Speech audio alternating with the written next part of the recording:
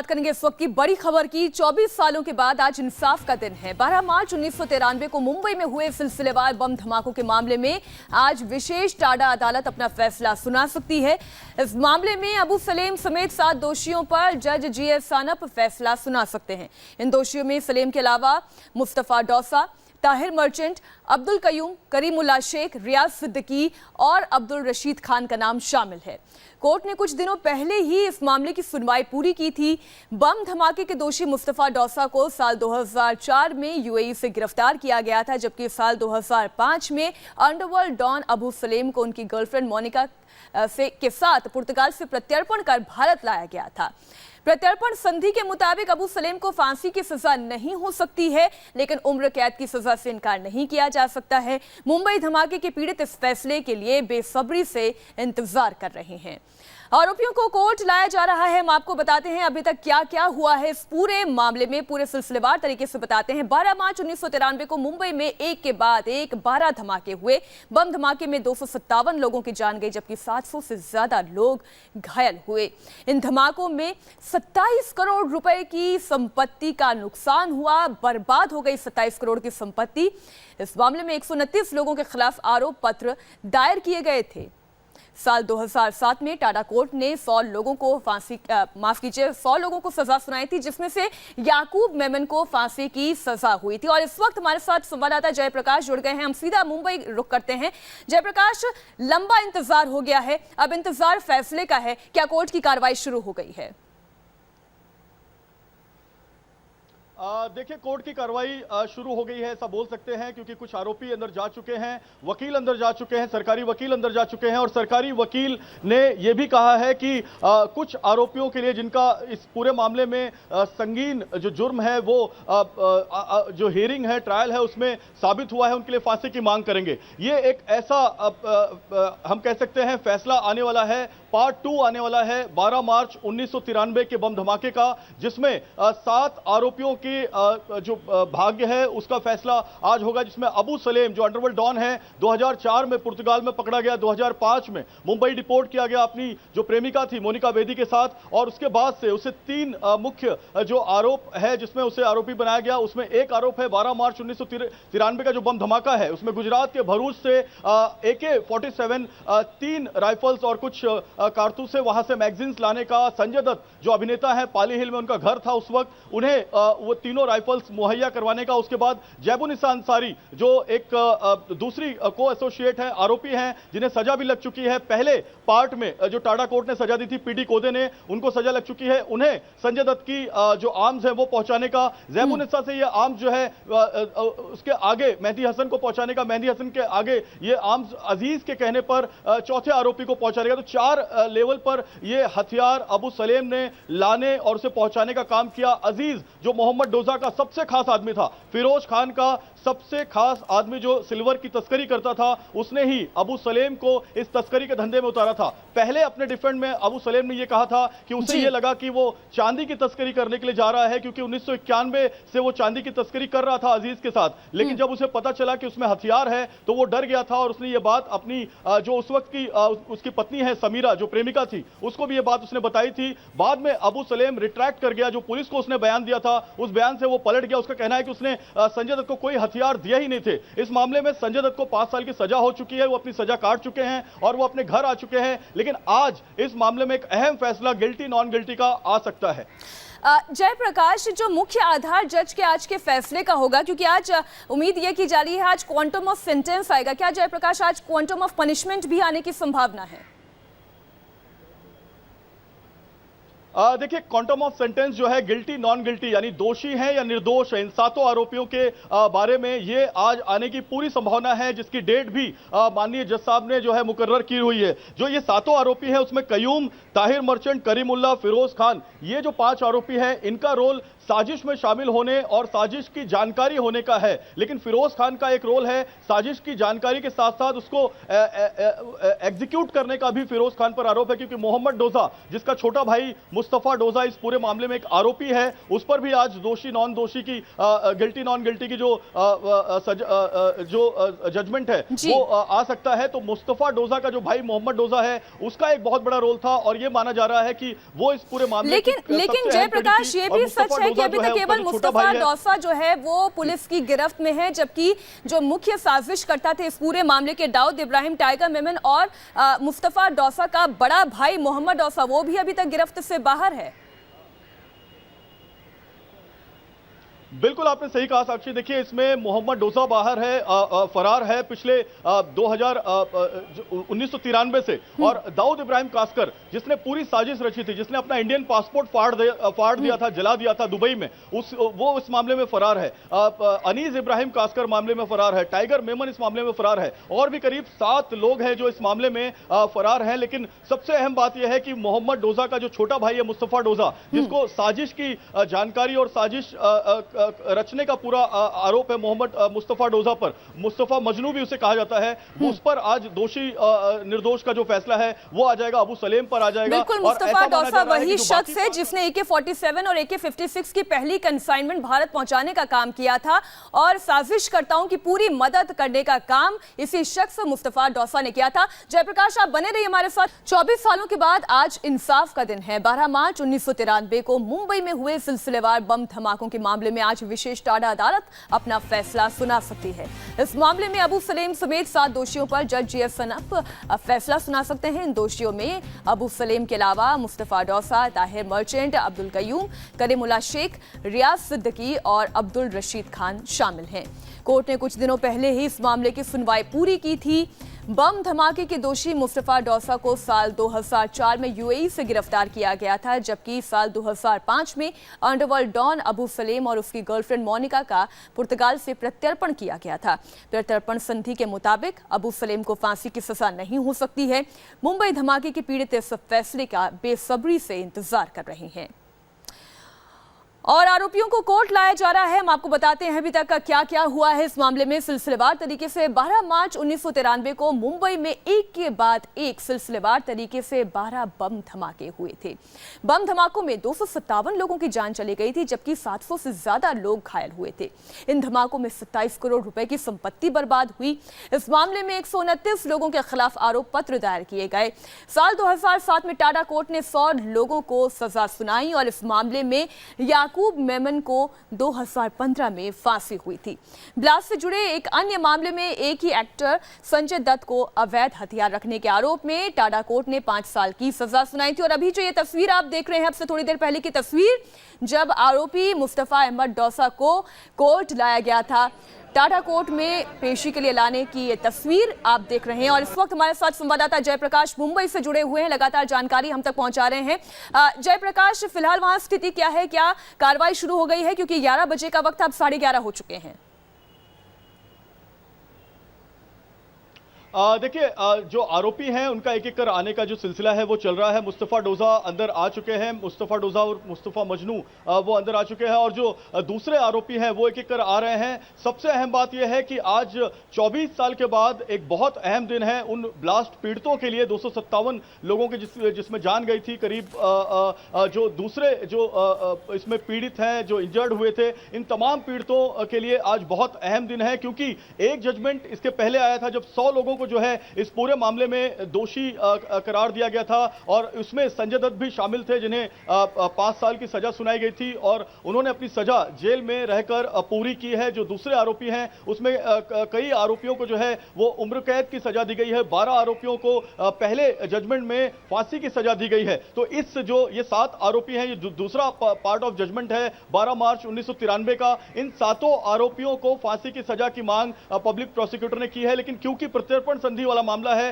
वो शर्तें हैं जो पुर्तगाल से भारत लाने में अबू सलेम के लिए पुर्तगीज सरकार ने, कोर्ट ने रखी थी, उस वजह से अबू सलेम को फांसी नहीं दी जा सकती। और यही वजह है कि सरकारी वकील उनके लिए फांसी की मांग नहीं करेंगे। जो बाकी को अक्यूज हैं जो इस मामले में, जिन पर आर्म्स एक्ट है, जिन पर कॉन्स्पिरेसी है, चूंकि जयप्रकाश हम बार-बार ये कह रहे हैं कि ये ब्लास्ट केस में आज पार्ट 2 है, यानी आज फैसले का दूसरा दिन है। ये हम क्यों कह रहे हैं, हमारे दर्शकों को एक बार हम फिर से समझा दें कि इससे पहले इस पूरे मामले में ट्रायल चल चुका है और फैसला सुनाया जा चुका था, लेकिन जब ये फैसला सुनाए जाने की प्रक्रिया, ये ट्रायल की प्रक्रिया अपने अंतिम दौर में थी, तभी ये बाकी गिरफ्तारियां हुई हैं। जयप्रकाश, इसे और विस्तार से हमारे दर्शकों के लिए थोड़ा समझा दें। देखिए, जब 12 मार्च 1993 का बम धमाका हुआ था, उसके बाद ये जांच जो है उस वक्त मुंबई पुलिस कर रही थी। राकेश मारिया और जो दूसरे इस केस में जो अधिकारी थे, उन्होंने इसकी जांच की थी। करीब 1995 में ये जांच जो है वो सीबीआई के पास आई। 10,000 पेज की जो चार्जशीट है वो इस पूरे मामले में फाइल की गई थी। 127 पहले 188 इसमें कुल आरोपी बनाए गए थे, जिसमें करीब 22 आरोपियों को फरार घोषित किया गया था। उसमें दाऊद इब्राहिम कासकर, उसका भाई अनीस इब्राहिम, टाइगर मेमन, जो मोहम्मद डोजा, इसके अलावा सलीम यूसुफ, ऐसे कई इसमें आरोपी थे। उसमें अबू सलेम भी था उस वक्त, मोहम्मद मुस्तफा डोजा था। लेकिन बाद में धीरे धीरे इनका प्रत्यर्पण होना शुरू हुआ। 2003 से लेकर 2005 के बीच ये सातों आरोपी प्रत्यर्पित होकर जो है भारत लाए गए और उसके बाद इन पर नए सिरे से जो है ये जो ट्रायल है वो शुरू किया गया। पहला जो ट्रायल था वो करीब 17-18 साल चला और पहले ट्रायल के बाद जो है संजय दत्त और बाकी जो एक्यूज हैं, जैबुनिसा अंसारी और जो दूसरे एक्यूज हैं टाडा के, उनको सजा सुनाई गई थी। 123 आरोपी थे, 23 को बरी किया गया था, 100 को सजा सुनाई गई थी और 2 आरोपियों की ट्रायल के दौरान मौत हो गई थी। लेकिन ये दूसरा फेज है, ये दूसरा पार्ट है, पार्ट 2 है, क्योंकि इसमें 7 आरोपी हैं, जिसमें अबू सलेम और बाकी मुस्तफा डोजा ये प्रत्यर्पित होकर भारत लाए गए हैं और इनके खिलाफ जो ट्रायल है वो लगातार 7-8 साल से चल रही है। और अब 24 साल के बाद, यानी कि किसी बम धमाके में इतनी लंबी ट्रायल, इतना लंबा चार्जशीट, इतने ज्यादा आरोपी, इतनी लंबी और संगीन धाराएं पहली बार पूरे देश में, पूरे विश्व में देखने को मिलेंगी। तो बिल्कुल जयप्रकाश, इसलिए हम ये कह सकते हैं कि भले ही ये ट्रायल अलग है लेकिन केस वही है और यही वजह है कि साजिशकर्ता और जो सह अभियुक्त है इस पूरे मामले में, उन पर जो फैसला आएगा वो पुराने ट्रायल से, पुराने फैसले के आधार पर जो गवाहियां हुई हैं उसी के आधार पर होगा। बिल्कुल सही कहा आपने। देखिए, इसमें संजय दत्त को अबू सलेम ने ये जो हथियार है वो मुहैया करवाए थे। हथियार भरूच से लाए गए थे, गुजरात से लाए गए थे। वहां हथियार अजीज के कहने पर लाए गए थे। अजीज सेठ जो माहिम में सिल्वर का बहुत बड़ा तस्कर था और टाइगर मेमन के लिए काम करता था, उसके लिए अबू सलेम काम करता था। और अबू सलेम जो है उसके साथ जो कयूम और जो दूसरे सह आरोपी हैं वो इसमें शामिल थे। तो ये दोनों केस एक दूसरे से जुड़े हुए हैं, क्योंकि केस एक ही है। 12 मार्च 1993 का बम धमाका, जिसकी साजिश दुबई में बैठकर रची गई, जिसकी ट्रेनिंग पाकिस्तान में दिलवाई गई, जिसकी ट्रेनिंग दिलवाने में आईएसआई का बहुत बड़ा रोल था, जिसकी ट्रेनिंग दिलवाने के लिए दाऊद इब्राहिम कासकर ने कई करोड़ रुपए जो है वो अपने खर्चा किए। जो आरोपी थे उनको, जिसमें याकूब मेमन एक आरोपी है जिसे फांसी की सजा हो चुकी है, याकूब मेमन को भी और उसके पूरे परिवार को दुबई बुलाया, पासपोर्ट दिलवाया, उनका टिकट करवाया। ये तमाम काम जो है अनीस इब्राहिम ने यहाँ के मुंबई के लोकल ट्रांसपोर्टर्स के जरिए करवाए थे। तो उसमें कुछ ट्रांसपोर्टर भी थे। एक बात इसमें सबसे इंटरेस्टिंग है, अबू आजमी भी इसमें एक आरोपी थे, जिनको बाद में ट्रायल के दौरान जो है बरी कर दिया गया था। उनका कोई रोल आया नहीं था। और सबसे अहम बात इसमें कि कई हाई प्रोफाइल जो इसमें जो आरोपी थे वो या तो उनका इनकाउंटर हो गया या तो उनका मर्डर हो गया, जिसमें हनीफ कड़ावाला एक आरोपी था जिसका मर्डर हो गया। जो मैग्नम वीडियो का मालिक था समीर हिंगोरा एक आरोपी था, इसके अंदर उसका मर्डर हो गया, जिसे छोटा राजन ने मरवाया था। 92 का जो गैंगवार हुआ है वो सिर्फ और सिर्फ 12 मार्च 1993 के 93 का जो गैंगवार हुआ है सिर्फ 93 के बम धमाकों के कारण हुआ है, क्योंकि दाऊद इब्राहिम और छोटा राजन में कभी दुश्मनी नहीं होती अगर 12 मार्च 1993 का बम धमाका मुंबई में नहीं होता। बिल्कुल, यही वजह है कि अबू सलेम और दाऊद इब्राहिम की जो दोस्ती कही जाती थी वो भी धीरे धीरे दूर होती गई और अबू सलेम अब इस पूरे मामले में एक हाई प्रोफाइल अभियुक्त के तौर पर देखा जा रहा है, जो लगातार बचने की कोशिश ये कह के करता आ रहा है कि दरअसल उसे पता ही नहीं था कि वो AK-47, AK-56 या वो हैंड ग्रेनेड्स की तस्करी कर रहा है। वो अपने आप को एक सिल्वर तस्कर के तौर पर पेश करता रहा और अपने आप को अनभिज्ञ बताता रहा। बिल्कुल सही कहा आपने, क्योंकि अबू सलेम 1991 में जब अरसा मार्केट में अंधेरी वेस्ट में एक छोटी सी इलेक्ट्रॉनिक की दुकान डालकर बैठा हुआ था, उस वक्त वो कोई बहुत बड़ा नाम नहीं था। लेकिन उसके बाद उसने अजीज सेठ से दोस्ती की, अजीज सेठ से उसकी पहचान मेहंदी हसन ने कराई और वहीं से अबू सलेम को चांदी की तस्करी की एक लाइन मिली। ये जो चांदी की तस्करी है, ये टाइगर मेमन दाऊद के लिए करता था। ये टाइगर मेमन का खुद का एक बड़ा नेटवर्क था और अजीज सेठ टाइगर मेमन के लिए काम करता था। यहीं से अबू सलेम जो है वो अबू सलेम बना और वो चांदी की तस्करी में लग गया। लेकिन अजीज ने अबू सलेम से ये जो हथियार मंगवा लिए संजय दत्त के लिए, उससे अबू सलेम इस 93 ब्लास्ट में आया और 93 ब्लास्ट में आने के बाद जब 93 का ब्लास्ट हुआ उस वक्त अबू सलेम लखनऊ भाग गया और लखनऊ में वो 6 महीने अपनी बीवी समीरा के साथ रहा और वहां से फिर अजीज ने ही उसे दुबई बुलाया और दुबई के पर दुबई में उसे वहां पर वो अपने साथ रखा मैग्नम वीडियो में। तो अबू सलेम की पूरी जो कहानी है वो 93 ब्लास्ट से जुड़ी हुई है। अगर 93 ब्लास्ट का ये पूरा वाकया नहीं होता तो शायद अबू सलेम एक छोटी सी दुकान चला रहा होता। बिल्कुल। और अबुल सलीम के अलावा अगर बात की जाए, अगर आज जीए सनाब अपना फैसला सुनाते हैं जिसमें उम्मीद यही की जा रही है कि सभी दोषी ठहराए जाएंगे, क्वांटम ऑफ सेंटेंस यही आएगा, लेकिन अगर इसका मुख्य आधार हम कहें जयप्रकाश, तो मुख्य आधार क्या होगा? क्या वो सभी 69 गवाहियां होंगी जो खुद जज के सामने उन सभी दोषियों ने इकबालिया जुर्म किया था और इन तमाम आरोपियों के नाम भी लिए थे अपने इस इकबालिया गवाही में?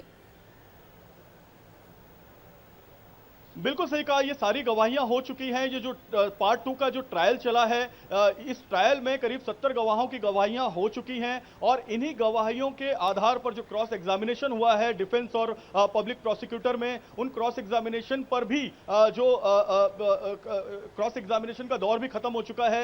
ये भी खत्म हो चुका है कि इन आरोपियों को कौन कौन से काउंट में सजा दी जाए। सिर्फ आज ये दिन मुकर्रर किया गया है कि ये जो आरोपी हैं जिनको जिन जिन काउंट में, यानी टाडा के वेरियस एक्ट में, आर्म्स के वेरियस एक्ट में, आईपीसी की अलग अलग धाराओं में, 302 में और जो अलग अलग जो धाराएं लगाई गई हैं उनमें जो इनको आरोपी बनाया गया है उनमें इनको दोषी पाया गया है या फिर निर्दोष पाए गए हैं। जो गवाहियां हुई हैं गवाहों की, उसके आधार पर आज ये फैसला आएगा।